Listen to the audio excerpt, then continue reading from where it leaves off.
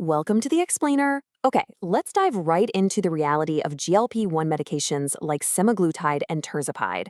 We are moving past the sensational headlines to uncover the hard, biological work required for true metabolic transformation. Because let's be real, if you think these medications are just a magic bullet that work all on their own, prepare to have your perspective completely shifted. We're going to look at the deep science of how your body responds to these compounds, and more importantly, how you absolutely must respond to protect your long-term health. Now, right off the bat, clinical research reveals a staggering statistic. Up to 39% of the weight you lose on these medications could actually be lean muscle mass, not just fat, muscle. When you're losing that much structural tissue, it completely alters the stakes. We aren't just talking about a smaller number on the scale here. We're talking about your body's metabolic engine, your daily mobility, and ultimately your longevity. So to understand how to protect your body, we're going to explore this journey chapter by chapter. We'll cover the GLP-1 metabolic shift, managing gastrointestinal side effects, the threat of muscle loss, the biology of the plateau, the GLP-1 companion lifestyle, and finally, long-term sustainable health. Let's get right into it with Chapter 1, the GLP-1, metabolic shift. These drugs belong to a class called incretin mimetics. What does that actually mean? Well, it means they don't operate in a vacuum. They imitate the natural hormones in your gut to completely recalibrate your energy balance. They alter the central appetite signaling deep within the hypothalamus of your brain, literally telling you that you're full while simultaneously slowing down how quickly food leaves your stomach. It is a profound system-wide intervention. And because of that intervention, during the first few months of treatment, the appetite suppression is dramatic. Trials actually show caloric intake dropping by roughly 24% early on. But here's the catch. This rapid shift in how much you eat and how slowly you digest places immediate and intense physiological stress on your gastrointestinal system. Your body is suddenly operating under an entirely new set of rules. Navigating this early adaptation phase safely is absolutely crucial, bringing us to Chapter 2, managing gastrointestinal side effects. Those early days can be notoriously difficult. The numbers tell a pretty clear story. Up to 44% of patients experience nausea, 30% face diarrhea, and 24% deal with constipation. This isn't just random bad luck. It's a direct result of that delayed gastric emptying and altered intestinal fluid secretion we just talked about. These symptoms are highly dose-dependent, which is exactly why clinical guidelines strictly mandate starting low and going slow. To mitigate these temporary side effects, you really have to actively change how you eat. Clinicians heavily advise ditching the traditional 3 large meals a day and instead eating 5 or 6 small meals. You also have to strictly avoid major dietary triggers. High-fat, greasy, spicy, and heavily processed foods are a no-go. Why? Because your stomach is emptying slower. Heavy foods will just sit there, exacerbating heartburn, bloating, and severe GI distress.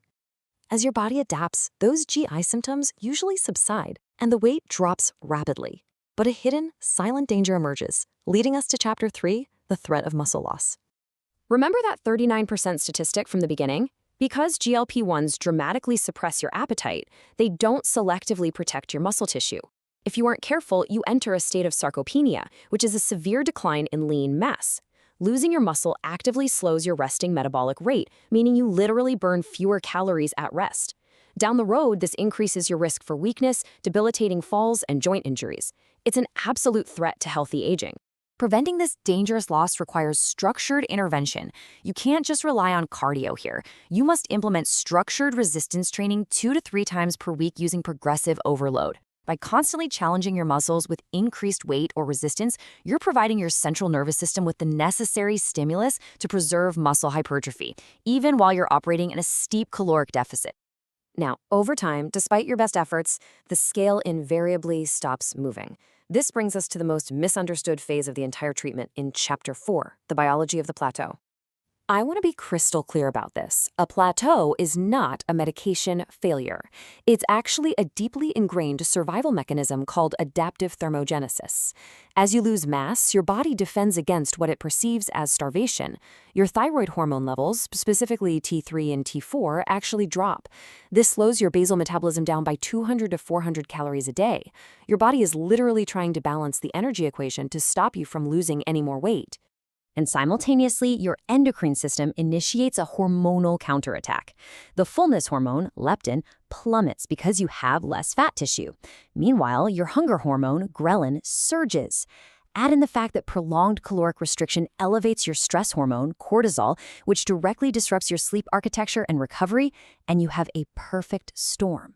Furthermore, your body naturally becomes slightly less sensitive to the GLP-1 receptor activation over time.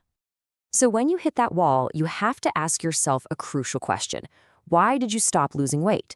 Is it simply tolerance to the medication, or has your body successfully established a brand new energy equilibrium based on your current diet, sleep, and lifestyle? To break this plateau, we can look at a few different clinical interventions. Notice the stark difference in success rates. While dose escalation, meaning simply taking more medication, works about 60 to 70% of the time, adding structured resistance training actually yields the highest success rate at 70 to 80%. Why is that?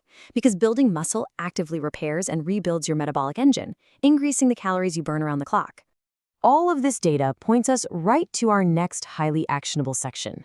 Let's move to Chapter 5, the GLP-1 companion lifestyle. You simply cannot take the shot and change nothing else. A non-negotiable pillar of this lifestyle is targeted protein pacing. You need to aim for 0.7 to 1.0 grams of protein per pound of body weight every single day. Because your appetite is so low, you have to prioritize protein first on your plate. It's really the only dietary way to overcome that muscle wasting we discussed earlier and support your resting metabolism. Furthermore, this lifestyle demands an incredible focus on your gut. Prioritizing at least 64 ounces of water daily is essential to manage the medication-induced constipation. But beyond that, incorporating prebiotic fibers and fermented foods allows your gut microbiome to thrive. A diverse microbiome produces short-chain fatty acids that actually naturally stimulate your body's own endogenous GLP-1 production. It's amazing. You're bridging the gap between pharmacology and natural biology. Coupled with this intense focus on nutrition, movement, and gut health, you must strictly follow the approved medication administration protocols. Wash your hands, clean the site, pinch the skin, and press the plunger. Rotating your injection sites is key, and it's worth noting that some studies indicate injecting into the fatty tissue of the thigh might actually reduce those early GI symptoms compared to the abdomen. It ensures safety, hygiene, and consistency in your regimen. Bringing all of these physiological systems together, your metabolism, your gut health, your muscles, and your hormones, leads us to our final chapter, long-term sustainable health. There's a quote that perfectly captures the ultimate clinical goal here.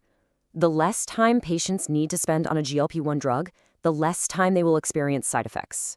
The objective isn't necessarily to use these powerful medications as a lifelong crutch if you can avoid it. Rather, it's about utilizing them as a temporary, incredibly effective catalyst to help you build enduring nutritional habits, optimize your sleep and stress responses, and forge true metabolic resilience that lasts a lifetime. As we wrap up this explainer, I want to leave you with one final provocative thought for your own health journey. Are you merely relying on the medication to do all the work, or are you actively building the physical, muscular, and biological foundation required to sustain your metabolism far beyond the injection? Think about it. Thanks for learning with us today.